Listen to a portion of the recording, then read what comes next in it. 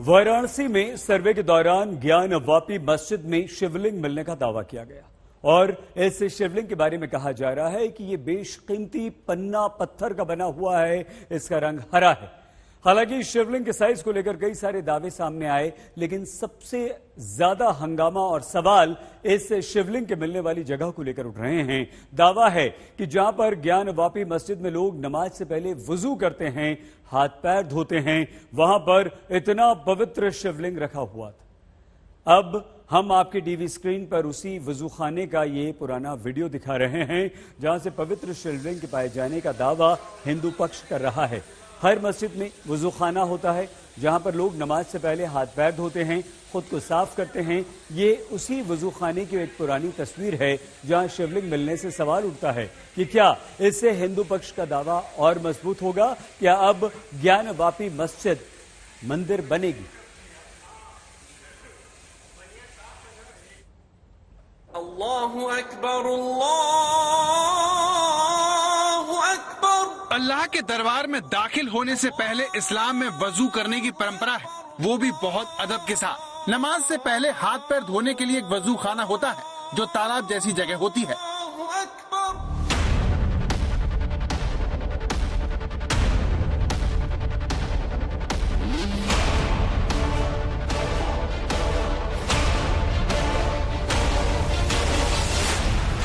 ऐसा ही वजूखाना वाराणसी की ज्ञान वापी मस्जिद में भी है। दावा है कि ज्ञान वापी मस्जिद में जहां पर नमाज से पहले वजू किया जाता था, जिस वजू खाने में नमाजी हाथ पैर और कुल्ला करते थे, उसी वजू खाने में हिंदू धर्म का सबसे पवित्र शिवलिंग गहराई में धंसा हुआ था। हिंदुस्तान की धरोहर छिपी थी, वो शिवलिंग छिपा था, जिसे हिंदू अनादिकाल से वहाँ स्थापित मानते हैं। लाल जी, आप कह रहे हैं बाबा मिल गए, कौन से बाबा मिल गए बताइए? जिसकी नंदी प्रतीक्षा कर रही थी वो बाबा मिल गया। 4 फीट ऊंचाई है और उसका व्यास 12 फीट है और ये वजू खाने के मध्य में प्राप्त हुआ है। उसको संरक्षित करने के लिए माननीय न्यायालय के समक्ष हमने अर्जी दी। वजू खाने में मछलियां भी वहाँ बताया गया। हाँ, मछलियों को गंगा जी में छोड़ने का व्यवस्था कर।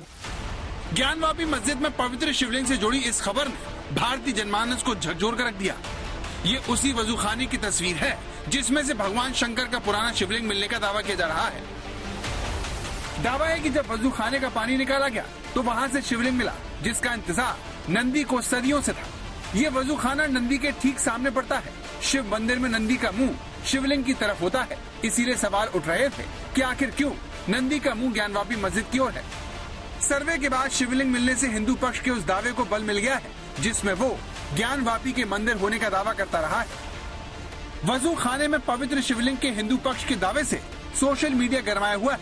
हिंदू पक्ष की ओर से सवाल दागे जा रहे हैं कि शिवलिंग का पता न चल जाए, क्या इसीलिए तहखाने में सर्वे का विरोध हो रहा था?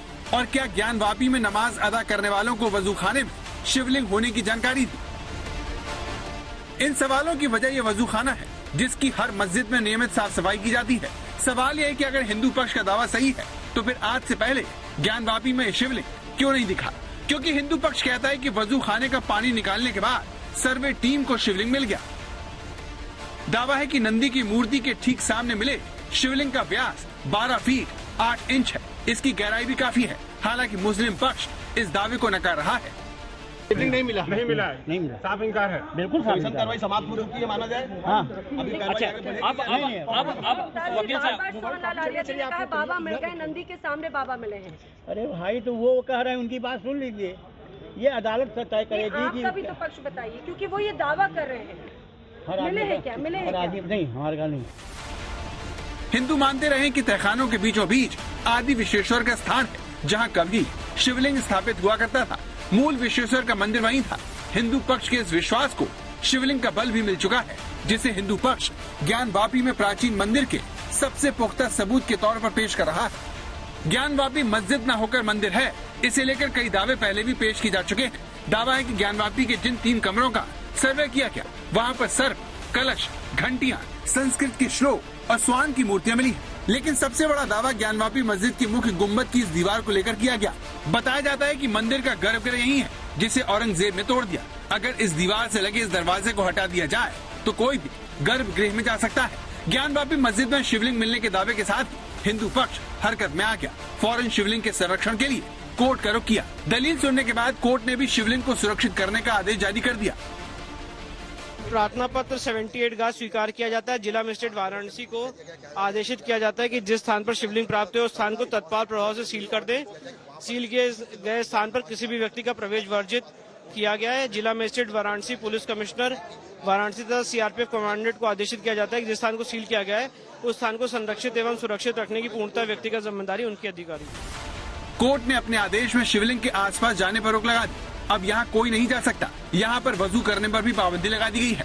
साथ ही ज्ञानवापी में अब सिर्फ 20 लोगों के नमाज की बात कही गई है। अब जो ऑर्डर्स आए हैं उसमें साफ कहा गया सीआरपीएफ के जवान अब अंदर रहेंगे, उस एरिया की प्रोटेक्शन भी होगी। अब देखना है कि इसको लेकर आगे मुस्लिम पक्ष क्या जवाब देता है, क्योंकि कल बड़ा दिन होने वाला है। कल अब सर्वे खत्म हो गया है, कल इस पूरे मामले की रिपोर्ट सौंपी जाएगी।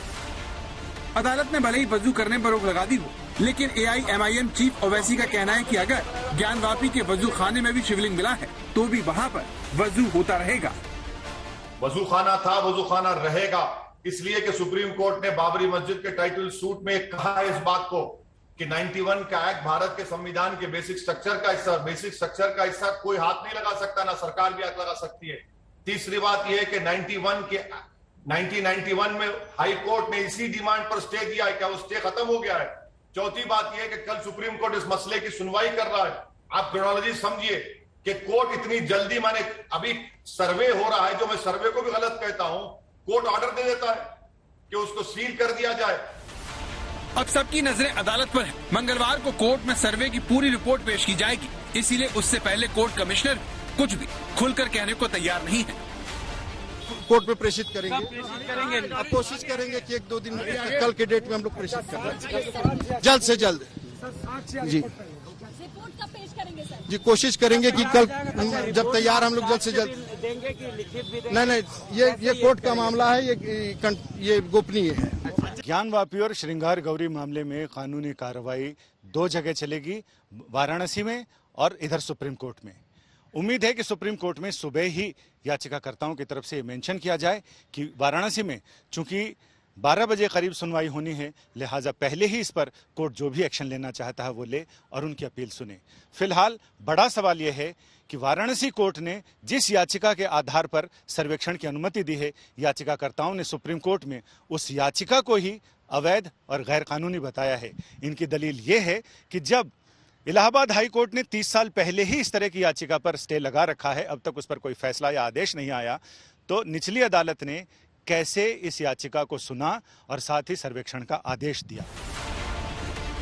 वाराणसी से अर्पिता आर्या, समर्थ श्रीवास्तव और रोशन जायसवाल के साथ संजय शर्मा, दिल्ली, आज तक।